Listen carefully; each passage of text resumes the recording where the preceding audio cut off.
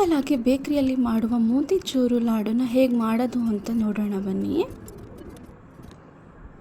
Please like and subscribe. ನಾನು first ಕಡಲೆ ಹಿಟ್ಟು ತೊಗೊಂಡಿದ್ದೀನಿ. ಸ್ವಲ್ಪ ನಿಮ್ಗೆ ಅಳತೆಗೆ ಎಷ್ಟು ಬೇಕಾಗುತ್ತೆ ಅಷ್ಟು ತೊಗೋಬೋದು.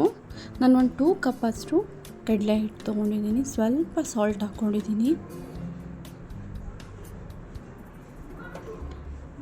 ನೆಕ್ಸ್ಟ್ ಸ್ವಲ್ಪ ಹಾಗೆ ವಾಟರ್ನ ಮಿಕ್ಸ್ ಮಾಡಿಕೊಂಡು ಕಲಿಸ್ಕೋತಾ ಇರಬೇಕು. ಕಂಪ್ಲೀಟಾಗಿ ನಾನು ಕಲಿಸ್ಕೊಂಡಿದ್ದೀನಿ. ಗಂಟಿತ್ತು, ಗಂಟೆಲ್ಲ ಹೊಡೆದು ನೀಟಾಗಿ ಕಲಿಸ್ಕೊಳ್ಳಿ. ದೆನ್ ಒಂದು ಬಾಣಲಿನಲ್ಲಿ ನಾವು ಎಣ್ಣೆ ಬಿಸಿ ಮಾಡೋಕ್ಕಿಡೋಣ. ಎಣ್ಣೆ ಕಾದಿದೆ. ಈಗ ಈ ಥರದೊಂದು ಸ್ಪೂನ್ ತೊಗೊಂಡು ಅದಕ್ಕೆ ನಾವು ಸೌಟಲ್ಲಿ ಒಂದೇ ಚೂರನ್ನ ಹಾಕ್ಕೊಂಡು ಬರ್ತಾಯಿದ್ರೆ ಅದು ರೌಂಡ್ ಶೇಪಲ್ಲಿ ಬೂಂದಿ ಶೇಪಲ್ಲಿ ಬಿಡುತ್ತೆ.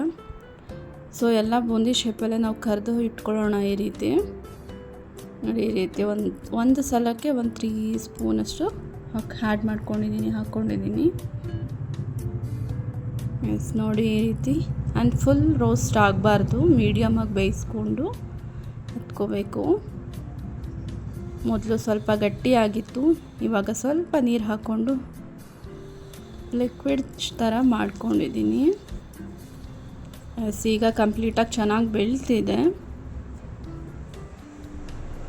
ಇದೇ ರೀತಿ ಎಲ್ಲನೂ ಕೂಡ ಕರೆದು ಇಟ್ಕೊಳ್ಳೋಣ. ಈಗ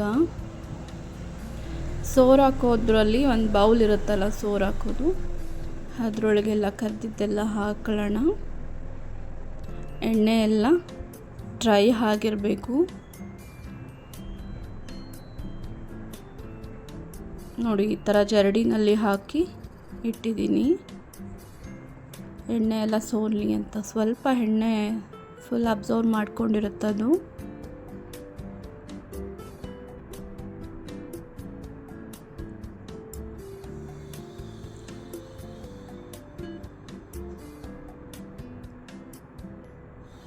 ಇದೇ ರೀತಿ ಎಲ್ಲನೂ ಕರೆದಿಟ್ಕೊಂಡಿದ್ದೀನಿ ನಾನು.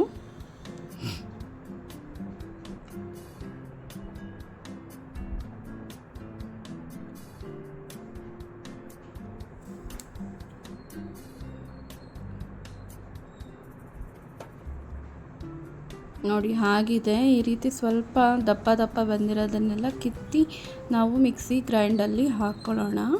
ಚೂರು ಮಾಡಿ ಹಾಕಿದ್ದೀನಿ. ಈಗ ಬ್ಲೆಂಡ್ ಮಾಡ್ಕೊಂಡು ಬರೋಣ ಬನ್ನಿ. ನೋಡಿ, ಸ್ವಲ್ಪನೇ ಹಾಕ್ಕೊಂಡು ಬ್ಲೆಂಡ್ ಮಾಡ್ಕೊಳ್ಳಿ. ಜಾಸ್ತಿ ಹಾಕ್ಕೊಂಡ್ರೆ ಬ್ಲೆಂಡ್ ಆಗಲ್ಲ, ಎಲ್ಲ ಒಂದೊಂದು ದಪ್ಪ ಬರುತ್ತೆ. ನೋಡಿ, ಈ ಥರ ಆಗಿದೆ. ಒಂದು ಪ್ಯಾನ್ನಲ್ಲಿ ನಾವು ಒಂದು ಸ್ವಲ್ಪ ವಾಟರ್ ಆ್ಯಂಡ್ ಶುಗರ್ನ ಆ್ಯಡ್ ಮಾಡಿ ಕುದಿಸ್ಕೊಳ್ಳೋಣ.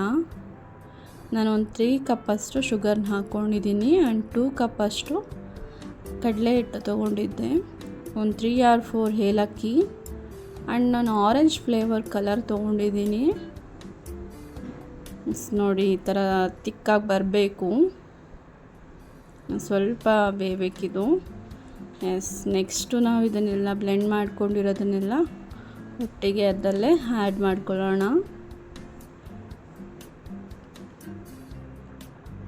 ಫುಲ್ ಎಲ್ಲ ಡ್ರೈ ಆಗಿ ಬರೋವರೆಗೂ ಹೀಗೆ ಮಾಡ್ತಾ ಇರೋಣ. ಸ್ವಲ್ಪ ಕುದೀಲಿ.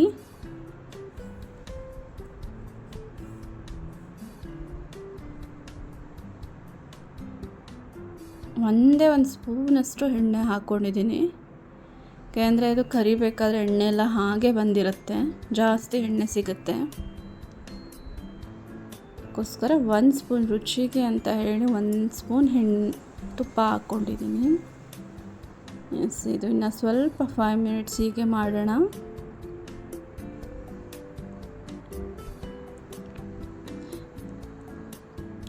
ಇದು ಕಂಪ್ಲೀಟಾಗಿ ಬೆಂದಿದೆ, ಫುಲ್ ಡ್ರೈ ಕೂಡ ಆಗಿದೆ. ನಮ್ಗೆ ಉಂಡೆ ಮಾಡ್ಕೊಳ್ಳೋ ಎಷ್ಟು ಆಗುತ್ತೋ ಅಷ್ಟಕ್ಕೆ ಮಾಡಿಕೊಂಡು ಒಂದು 20 ಮಿನಿಟ್ಸ್ ಹಾಗೆ ತಣ್ಣಗಾಗಿಬಿಟ್ಟಿದ್ದೆ.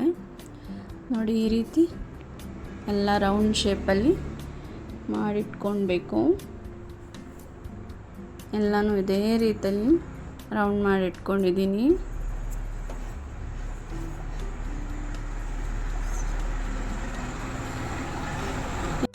ಇದಕ್ಕೆ ಸ್ವಲ್ಪ ಗ್ರಾನಿಷ್ಗೆ ಅಂತ ಹೇಳಿ ಪಂಪ್ಕಿನ್ ಸೀಡ್ಸ್ನ ಯೂಸ್ ಮಾಡಬೇಕು.